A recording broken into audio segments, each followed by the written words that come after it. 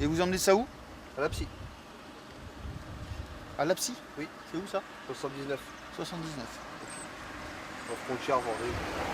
Vous avez un bon de transport, quelque chose? Vous avez un document qui dit que pour la marchandise, non, c'est quoi? Les gendarmes de la compagnie de Fontenay-le-Comte ont effectué récemment un contrôle routier sur la D949 qui relie Luçon à Fontenay-le-Comte. Cet axe très emprunté et qui traverse trois bourgs, Mouzeuil, Nallier et Chevrette, est en effet interdit aux poids lourds de plus de 7,5 tonnes, sauf dessertes locales.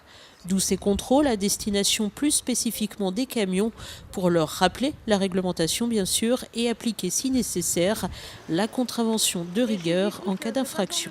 L'ensemble des chauffeurs poids lourds respectent, parce qu'ils sont pour la plupart en livraison locale, mais certains ne respectent pas effectivement. Donc l'objectif de cet après-midi, c'est de sanctionner, de dissuader également, et ça permet aussi de rappeler aux chauffeurs routiers que l'axe D949 n'est pas ouvert à la circulation de tous les poids lourds, et que c'est uniquement pour les véhicules qui font l'objet d'une desserte locale.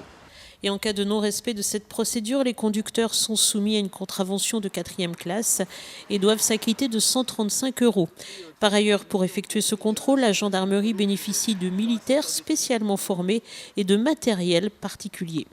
Alors cet après-midi en particulier, on a une équipe du peloton motorisé de Fontenay-le-Comte et une autre équipe de la communauté de brigade de Saint-Hermine. L'intérêt, c'est que la coordination des transports, c'est un domaine particulier qui nécessite des connaissances spécifiques et du matériel spécifique dont les brigadiers ne disposent pas toujours, notamment pour tout ce qui est contrôle des heures de conduite. Pour contrôler les heures de conduite, le personnel du peloton motorisé dispose d'un ordinateur et d'un logiciel particulier qui permet de vérifier avec la carte du chauffeur poids lourd s'il a respecté ses temps de conduite et ses temps de repos. Démonstration en direct dans la voiture de la gendarmerie. On utilise en fait pour contrôler les données conducteurs ou camions lors d'un contrôle poids lourd. Tout ce qui a trait aux heures de conduite, aux heures de repos.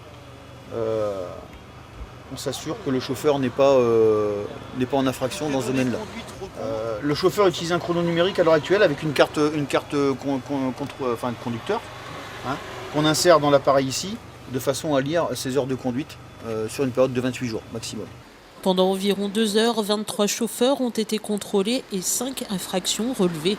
À noter par ailleurs que ce type de contrôle permet aussi de rassurer les populations puisque la fréquentation nombreuse des poids lourds sur cet axe routier génère de l'insécurité dans les communes concernées. D'autant que, et ce n'est pas spécifique à la D949, l'implication des poids lourds dans les accidents de la route est actuellement en hausse.